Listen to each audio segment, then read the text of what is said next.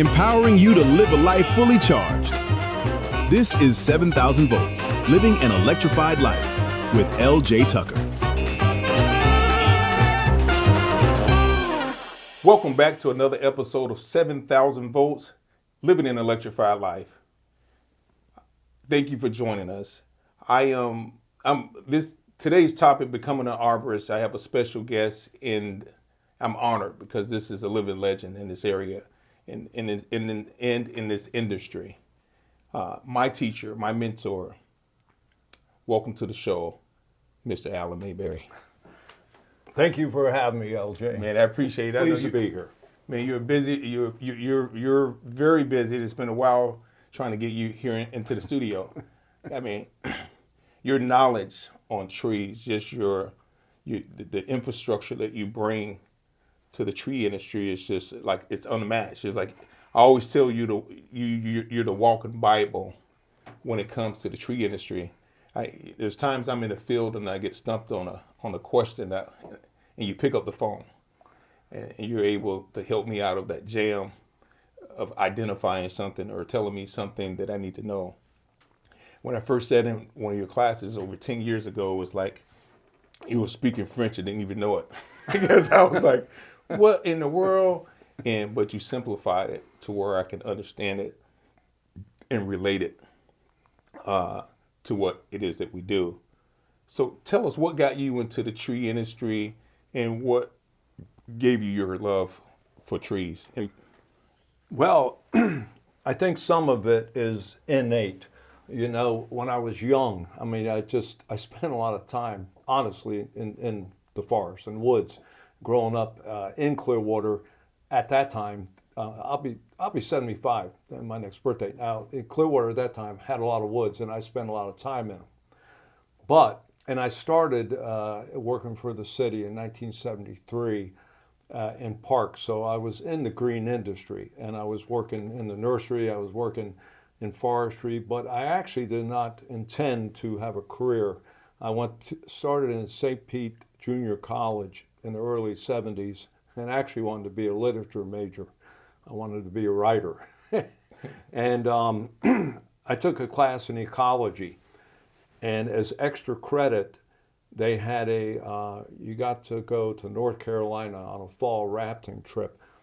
So I took this trip, and there was these foresters from the University of Florida that the professor knew, and the whole trip they were talking about trees and going up, and this is Pinus strobus, a white pine, and this is all these different species, and I found it fascinating that and all they did that trip was go up and talk about the characteristics and the species. And we were in one of the places we went to was Joyce Kilmer National Forest, where they had champion trees. You couldn't put your arms around; they were huge. And really, that I guess ignited the passion. And when I got back, coincidentally, shortly thereafter, the city had they had just had a tree ordinance, and there was really nobody enforcing it. And they had a brand new job called forestry inspector. I applied for it, and right before that, I started reading books just on tree ID, and I started going out to parks, learning about trees. And I got that job, and that just launched my career. And that's how it got started. Okay. But I would just want to tell you that when I got into it, I realized that, I really don't know anything about trees. I know some species, but I don't know how they tick. And that's when my education really started, when I realized that, I don't understand these trees in the context of how they grow in an urban environment. I was sitting in class one day, and you were explaining, like, when you first started in the industry and how you didn't do trees as service, and you might have butchered some trees or responsible for some trees. I was like, that's me. And I was like, I wanted to cry because I was like, man, at least I'm not the only one, but it united my passion even more to understand what I was doing. So I wasn't hurting trees or hurting the industry as a whole. To hear you say that instead of like even now you're speaking to you, never just act like you like, oh, I'm this big mighty guy and I'm gonna punch you in your forehead if you don't get the tree stuff right.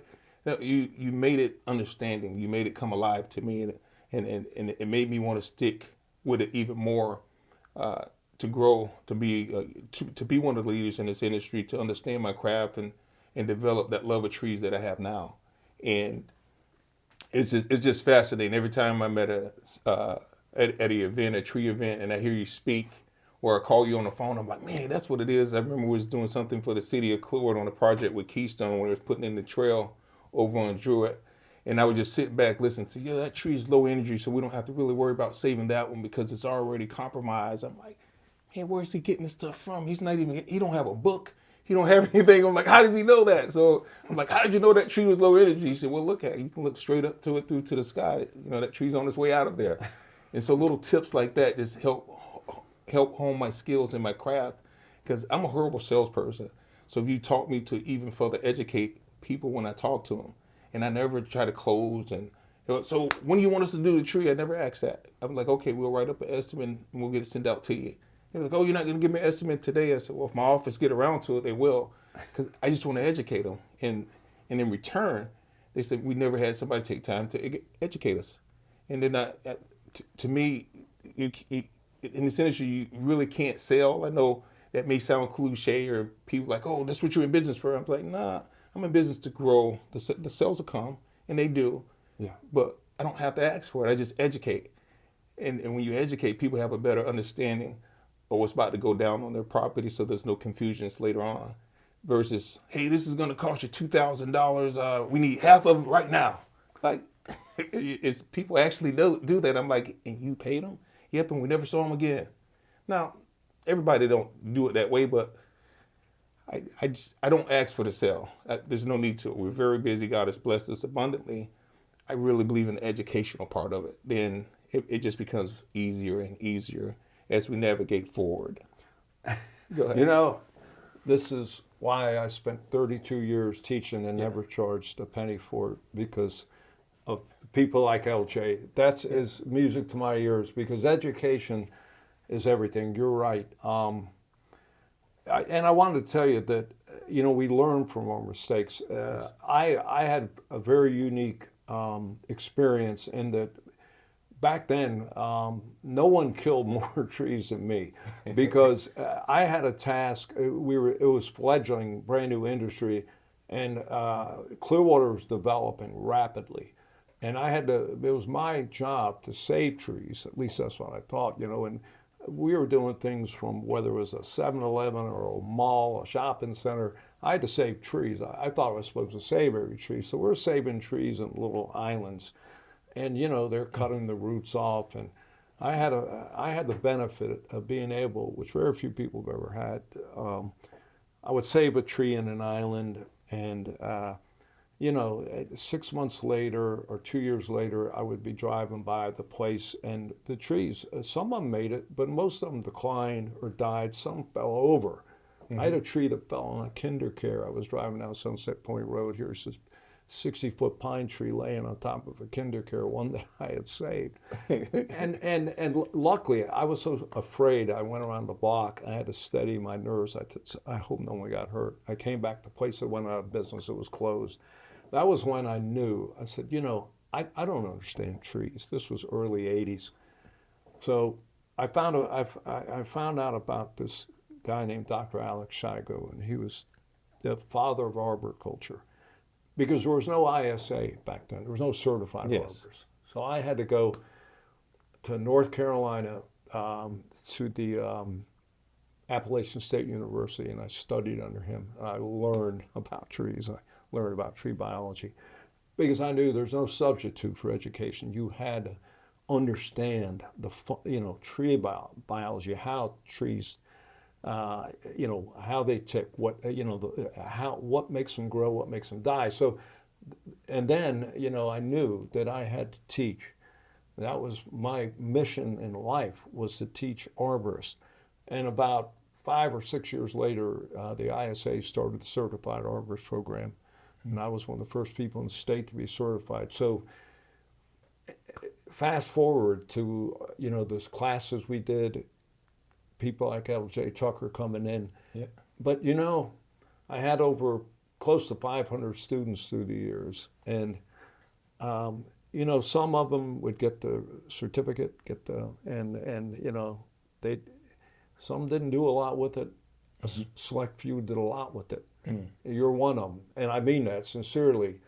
And that's what they should be doing to the customers, educating them. That was always my goal. What they do with the education, a good customer will appreciate. I always felt that you get paid for your knowledge. Yes, absolutely. And a good arborist, to me, your time and your knowledge, you should be getting paid for, and you impart that to the customer, and hopefully they appreciate that. I won't. It's a couple things. First thing, I love and I don't love when I get these calls. I'll get guys. They'll call me and say, "What's the easiest way of becoming an arborist?" I'm like, "Study." They say, "No, is there a shortcut? Is there a certain kind of notes?" I say, "Yeah, the ISA books, you want the ANSI standards, and you have to understand the concept." They say, "No, I need a shortcut." And I'll say, "Good luck," before I hang up the phone. But what's funny, I won't name the county, is sometimes I'll get called out on a county project, with a construction company. They say, "Oh, we're going to cut these roots here. We're going to do this here." And I'll listen to all the dignitaries. I'm like, okay. And I always respond, I'm like, "Where's the camera at?" So, excuse me. I was like, "Where's the camera at?" So, like, "What are you talking about?" I said, "I'm waiting for somebody to jump out the bushes with the camera and say, 'We got you.'" Because if you think we for to sever the roots inside of the CRZ of this tree, this close to the road, then I think somebody's trying to play a joke on me or punk me or something. Because I said, "You got to take that tree out. What are you talking about? You finna cut all these roots out right here on the street." And it's like, they just looking for a cosign. I'm like, I can't cosign on that. Right. It's like, well, we didn't know. It's funny, we was in this city, I won't say the name of the city, but all their city dignitaries is there. They're putting this pond in. They wanted to grind the roots all the way to the trunk of the tree. Here's the tree. They want to go here. I was like, "Where's the camera at?" Yeah. It's like, "Are you guys kidding?" I like that. It's like, I said, "Are you kidding?" I said, "What are you talking about?" I said, "You see those power lines right there? What do you think going to happen when we get heavy rain and winds after you take all the root system away from this tree?" The critical root zone is I can't tell you how. I mean, I almost start classes when I do them now. I spend 2 weeks before I even get into the first chapter of tree biology, talking about two things, health, how to read a tree for health, but I spend a whole class on critical root zones, because if you're lucky, once you take out the critical root zone and infringe upon it, if you're lucky, the tree will just die. If you're unlucky, it's going to fall. Yeah. And I can't tell you how many times. I'll just tell you a quick story. In 2017, Hurricane Irma. Yes. Well, before that, when I worked for the city, I bought a Dosco root pruner for urban forestry to use. When I retired, this is a camera, I better be careful. But some city crews use it they used to use little hatchets when roots uplit the sidewalk. Now they had this machine, and they were cutting roots. Well, when Irma came by, we had a lot of tree failures. And I had went back to work for the city, so I was out taking pictures of all these trees laying down. And you know what the root plate is close to the trunk, and they were just cut clean. This resident came up to me and said, "Well, I could tell you why they fell. The city called all the roots." Well, so you and I know that. And, Yes. But, people that don't understand that, and you put a tool in their hand, and it's very dangerous. Yeah. So critical root zones are something very close. There's two things that I feel like I've been put on earth to try to teach and prevent, and that's, these infringements on critical root zone, destroying and knowing where the roots grow typically is very important. The other thing is lion tailing, which I came in recent years to feel I stood one time in countryside, and I was standing on someone's porch because a tree was dying. Well, it was severely lion-tailed. I looked down the street this way, and every tree was lion-tailed, and it seemed like the same tree service must have went through there, but it was probably several. And it's kind of like mythology. If lion-tailing, by the way, for the viewers, is severe pruning, and if you get a tree service that's doing poor work, if you think about going up to someone's house, what's the easiest thing to do? Pruning the center of the tree as closest to the ground. You don't really have to get up in the crown, up high. You can make quick money by pruning what's closest to the ground, and it's one of the worst things you can do with a tree. So I was looking, I said, this is really something we need to start focusing on. So in those first 2 weeks of class, I really started concentrating on, what's healthy, good crown density, live crown ratio, and then we talk a lot about roots. So yeah, when you talk about these critical roots, I want to where's the camera? Yep. You're spot on. Yes. I like that. It's interesting enough that when we get into like one of the you talk so much, it was coming rapid fire. And I remember you talked about topping the crepe myrtle. Yeah. And so I'm put the task. I'm waiting now. Like I was like, man, because I used to crepe myrtle. I didn't know. Yeah. When you know better, you do better. Yeah. So a couple years down the line, guys get called out to do this estimate. He goes, oh, I want to trim all my crepe myrtles and myrtles. I'm like, I said, yeah, we don't do the topping like this. So he said, what are you talking about? I've been doing it like for 10 years. I said, as a certified arborist, that's not a good practice. It's actually bad for the trees. And I went on to explain them. He's like, so I can't pay you to do this? He got hostile. I said, I'm not your guy for that. So get the blankety blank off my property, guy. I got cussed out. He kicked me off his property because I wouldn't do more damage to his trees because they don't. Sometimes they just don't want to hear the truth. They don't want to hear, hey, listen, the people you had before didn't really know they were doing, because if they knew they were doing it, they wouldn't do it. There's so many instances and cases when it comes to that. It's just the list goes on and on. And I remember something else that you taught me, how to listen to the trees. This is like my first week after being in Alan Mayberry's class. I'm on one of my commercial properties, and I'm just there to check out some other stuff, because we used to maintenance a property, and I passed this pine tree. I said, man, that tree sounded like it was humming at me. So I went back, I reached in my pocket, I grabbed the ink pen, and I started poking on the tree, and a hole poked in it, and a bunch of termites started flying out. So I went and got the property owner. He came out. I said, these trees got to go. He's like, what's going on? I said, you see this? I said, you can almost stick your whole hand in there. These things are full of termites. Yeah. But without that education, I would have walked past that tree like just another day at the office and not know. Well, I carry my mallet. I mean, that's, well, of course, when we assess trees, we do a 360 in addition to the visual sounding it, because a lot of trees, defects are hidden. So, but, you talk about something that what I call mythology. The problem in our industry, arboriculture is such a new science. They're not like other sciences which have been around for so long. So a lot of our practices, which were based on, they were unscientific. They weren't the result of research. So when you have to go out as a practitioner and something like topping, it took us probably 20 years to get away from topping, large trees, which now by law, every city just about has an anti-topping ordinance. But it's so hard when the crepe myrtles. I remember going to a shopping center, and I told them, don't top your crepe myrtles. You're paying. Let me back up a minute. The city of Clearwater used to top the crepe myrtles, and then at Crest Lake Park, we were going around. We had to take out the crepe myrtles because they're fairly decay resistant. But over time, after repeated topping, the decay finally gets down to the base, and they were all decayed and rotten. We had to take out a lot of crepe myrtles, which normally, if they hadn't topped them, they would have had decades left, because they actually lived fairly long.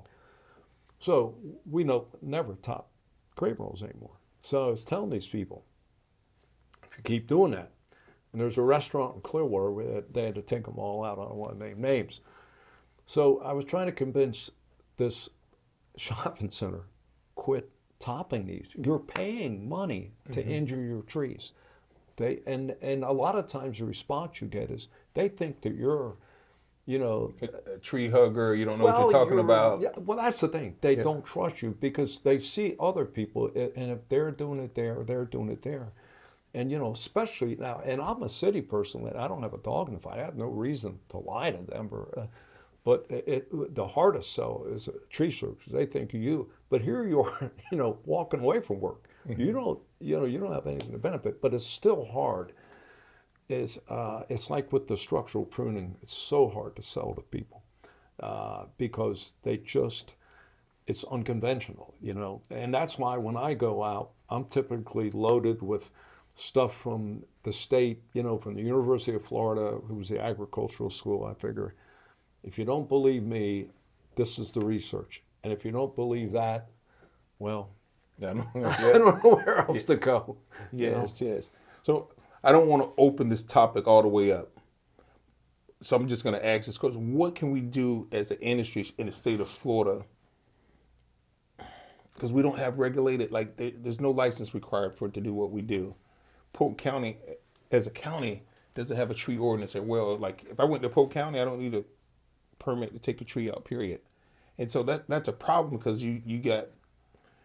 we have so many different tree codes in a 6-county radius. So you got county, then you got city, and you got to recognize where you're at before you make a decision. Like if you're in Pinellas County, they're saying you need a permit to take out Brazilian peppers. I'm like, what? It's like, these are Brazilian peppers. It's like, yeah, well, it's a county code. It's only $18 and you have to pull a permit to take them out. There's no real uniform code. Is there something more that we can do, that I can do to spark something to help our industry more as a whole for universal, even state license? Or is that something that we want? Two things. That's a great question. And I'll give you a little history, but it'll probably make you more frustrated. At one time, we had the Pinellas Urban Forestry Council. I was chairman for a while. Art Finn was chairman once, Joe Samnick. And in fact, that's where the Florida chapter of the ISA came from. It used to be the southern chapter. Florida was part of it. And we tried very hard to unify. We had people from St. Pete, Clearwater, Pinellas Park, Dunedin, Tarpon Springs, the county. Everyone was represented, even the beaches, because there's 23 separate municipalities in Pinellas County. There might be a few more now, but there's Kenneth City. And we tried as simple as, look, make it easy on the tree services, please. Let's all agree that whatever 4 inches and up is, you need a permit, and let's try to all get together on what trees would be exempt. Let's make it easy for them, just in Pinellas County. For instance, Pinellas Park refused to their arborists to exempt Australian pines, which are Category 1 invasive exotics. And we couldn't even get people to agree on 4 inches. We couldn't get them to agree on all the species. And that was a goal. We had 3 basic goals. We could not get the cities. It was crazy. We met, month after month, and we'd had these, and we had everybody at a big round table. We could not agree. Now, that was the one issue. So if we couldn't get to Pinellas County, probably never going to get Tampa, Hillsborough, Polk, The other thing we did is we spent a lot of money. The ISA, I think we spent $40,000 a year on a lobbyist, to lobby the state legislature to make it mandatory licensing for tree services, because we could not believe that, for instance, to install irrigation, you have to have a state license. Now, trees are the largest organisms on the planet. Trees and people are getting very close together. Pinellas County is the most densely populated county in Florida. Trees, you got 80-foot, 70-foot trees growing in very tight spaces. They can be very dangerous. And yet, people working on them. You could be a short order cook Friday, and Monday get a pickup truck and pay Be a weekend tree warrior. expert, and there's no regulation. And on top of that, it's one of the top 3 dangerous jobs in the United States. Oh yeah, it's generally number 1, commercial fishing, right behind it, but it's very dangerous. So the people are not regulated, they don't have to be trained, and they're out there working on trees, and the work they often do. Just one of my classes, you might recall, one flush cut that I followed that someone made on a laurel oak. 3 years later, the whole tree was almost, decayed and becoming hollow, and it ended up having to be removed. So, but we could not get the state to, and the Pinellas County Licensing Board, the PCCLB, which we tried very hard to get to regulate, they said, well, it's not construction. We only, to paint the inside or to hang that, you have to go through the PCCLB to hang fixtures. But they would not license it, and the state for 2 years never actually brought it to a study to vote because they had too much budget issues, so it never actually even got, and we ran out of money to pay the lobbyists. So you're absolutely right, LJ. I touch on this in my book when we talk about that subject, but I use the analogy. I just got my nails done yesterday. You have to have a license to do hands and feet. Yeah, you're right. You got to have a license to get hands to be able to clip somebody's fingernails and clip their toes. You need a license. Yeah. It was in fact, I think Brooksville, they're the only area in this area that got it right, but they don't have it right. But you have to be a licensed contractor to even pull a permit to cut a tree down. He's like, yeah, we know the law is old, so I had to do something for Enterprise Rental Car, and I had to cut a tree down at one of the locations in Brooksville. Went to pull the permit. He's like, you got to be a licensed contractor. I was like, what? So I had to call my buddy who's a licensed contractor and explain to him. I said, hey, listen, I need you to pull this permit. At least they won't, they'll just make it, the people that know that, they'll just like, oh, we won't pull the permit at all. But when you get the people that's trying to do it the right way, that's when you start bumping heads because there's no real regulation to it. But you do have like cities like the city of Dunedin, Safety Harbor. Me as a business, I have to be a registered agent and to name the city as additional insured. Right. Yeah. To there's some level of protection for the customer. Yeah. So if you hire somebody, you know you're going to be covered because at least they got insurance if something was to happen. Yeah, there is that. I know when I wrote 3 tree ordinances, and we always put a provision. When I, for instance, worked for Dunedin, we did put general liability was a requirement to be, and it's not it's actually a business tax. Yes, a business tax. But to get the business tax, you had to have, and we tried to get workers' comp, but the city wanted no part of that, and no other city does. At the best, what you're going to get is a business tax, and tied to that would be proof of insurance. So that's why when people ask me, hey, what do you think about the tree industry? I'm saying, listen, if you get ready to go on a roller coaster ride, because there's things like I'm knee deep in it. There's no turnaround. Like workers' comp, that was an issue even getting workers' comp in the tree business because of our code. I remember when we first got it, it was like 29% of payroll. 29%. that's how much. And that's one insurance you're gonna get audited every year. Yeah. They're gonna audit up. Your payroll was $10,000 more. We need our cut.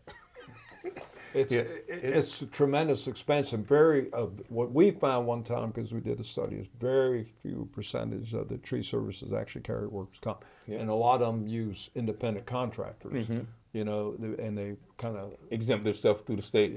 Yeah. So it's and I think to answer your question, what I think would help is that if the tree service would have a coalition, and that's been tried before, where they have their own coalition and pressure the state. It's always been done through the ISA, and that hasn't worked. Yeah, because the ISA is I would say the spokesperson for the industry. But the industries themselves could form a coalition. The TCIA, you're familiar with that, but that really isn't. That's more of we used them in the past. They're good, but they're more of a business. they're more a business, and I'll talk to you more about that off camera. Yeah. Because they offer good stuff, but that's the first I'm going to go on that. It's one of those things when it goes to the arboriculture itself and being regulated. My book is, and this show is all titled the same, 7,000 Volts Living an Electrified Life. Now, had I got more education on this industry and required a certain business license or something, maybe it would have deterred me. But here's one thing for sure. I wouldn't even have a title of this show or my book because I nearly lost my life with those 7,000 volts because of what I didn't know. So it was preventable? Yeah, it was very preventable, and I speak about that in my book as well. I almost lost my life because the lack of knowing that I shouldn't be working within 10 feet of a power line, And exactly. I didn't even touch it; it arced over. And so I'm not gonna give too much details on it, but I write it more in detail in my book, like how I almost lost my life because that's very I just didn't interesting. know. I got to tell you a quick story. Just yesterday, I went out with an old city employee. I used to work with environmental management, and he had some people. He asked me to come out. He had some tree people coming out to work at his house, and they were going to work within 6 feet of an energized. And I said, "You're not legally. You can't do that." Careful. And well, I think we're careful. I said, "You can't do that. You're not allowed to do that." Yeah. But that's very interesting, LJ, because so you didn't know that when it happened. No. See, I didn't know. I had no clue about it. Well, see, that's exactly why I am so surprised that the state, just in my, I have had horror stories. One of my best friends had an employee electrocuted in Bel Air. When I worked for Dunedin, we had a person that was electrocuted. I had to drive up there, and because they didn't call when they called 911, they didn't inform them that it was a power wires electrocution. So when the 911 got there, they had to call and cut the power. That person stayed in that tree for a couple of hours. I mean, they did cut the power. By that time, it was too late. It's already late. Then they called OSHA and everything, and these things, and there's just no training for people because if it was regulated, it could be a different story. I really respect your craft. I really adore your knowledge of this tree industry. We're running out of time. I definitely got to have you back so we can talk more. We'll call it part 2 of becoming an arborist. Because some people just want a piece of paper and they don't want what comes with it. They want to be able to think, oh, there's a ticket I can make more money. And they already missed it. I said, listen, if it's about the money, don't go do something else. It'll cost you less money to get in it. Well, let me tell you, and I'm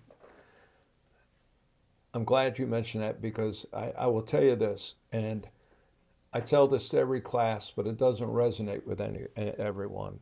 When you become certified, it's not the end, it's the beginning. Yes. It's just like with anything. When you get your degree, you're not ready. If you're a doctor, what does a doctor do when they finish their schooling? They have to go in and intern. That's when they learn. As an arborist, it's the experience that makes you a really good arborist. Yes. So you go in, you take the class, you read, and you study hard, and you get it. Well, at that point, you're dangerous. You've got to learn. You got to get some experience, and that's why I honestly appreciate. I look at LJ. There's really a handful of students that have really made it all worthwhile. You're one of them, and I appreciate it. I appreciate your kind words. They're true words. Sincere. It's funny when I talk to older people that's been in this industry longer than me, and I just pop the question, hey man, why you never got certified? Oh, I'm keeping my options open. That stuff is not for me. And you look at the way they work, not to judge them. I'm like, man, you just killed that tree. You've been killing trees for the last 30 years, man. Don't you want to do better? I actually found when it comes to trees, I actually do less work now on the tree because I know what I'm doing. Right. Exactly. I can educate. Most trees don't need that much, I don't. You know how many jobs and it's funny, most people won't do it because it's about the money. I'll go look at a tree, I'm like, ma'am, sir, I'm gonna be honest with you, there's nothing to cut off this tree. I would be doing a disservice. I was like, I can charge you $400 or $500 just to do nothing, to continue to over prune a tree that's already in distress. Right. They're like, that's weird. Nobody ever told us that before. I'm like, your tree's fine. It's in good health. There's no limbs that need to be trimmed off. It's far away from enough of your roof or anything. Amen, brother. And it's okay to walk away, but everybody says, oh, I came out here, I at least got to make a couple $100. No, you don't. Like, you just. I think they get paid by the pound or something. I don't know. Yes, it's like, man, and the more you know, the less you do. That's true. Like, and it's not that you're trying to get out of work, but you should get paid for that knowledge. Yes. Because, and that's the I try to drive that point home. But you're absolutely right. Mm-hmm. And the fact that you know that, amen. I mean, that's what makes a good arborist. Yeah. Because your subject is trees, and we are like doctors, and we make our patients well. We take care of our patients. So I drove out to do a consultation for somebody, and it was like way up in Hudson. And we got out and said, well, you're not going to do this. I probably was there for 30 minutes. He goes, oh, man. He's like, I'm sorry I wasted your time. I'm like, you didn't. You're going to be getting my bill? I drove an hour and a half round trip. And, I was just a consultant. I said, You're a consultant. You know what I'm saying? I didn't waste my time. Look, you're going to be getting a bill for this trip out here today. Yeah. Yeah, man. Hey, but man, I definitely I appreciate your words of wisdom, your words of kindness. Hey, ladies and gentlemen, this is Alan Mayberry, the myth, the legend, the walking godfather of trees, man. It's like, to us, he's a factor. And you can see why I get my passion when it comes to the tree. You guys have a blessed week. I appreciate you joining and watching the show. We appreciate. Stay electrified.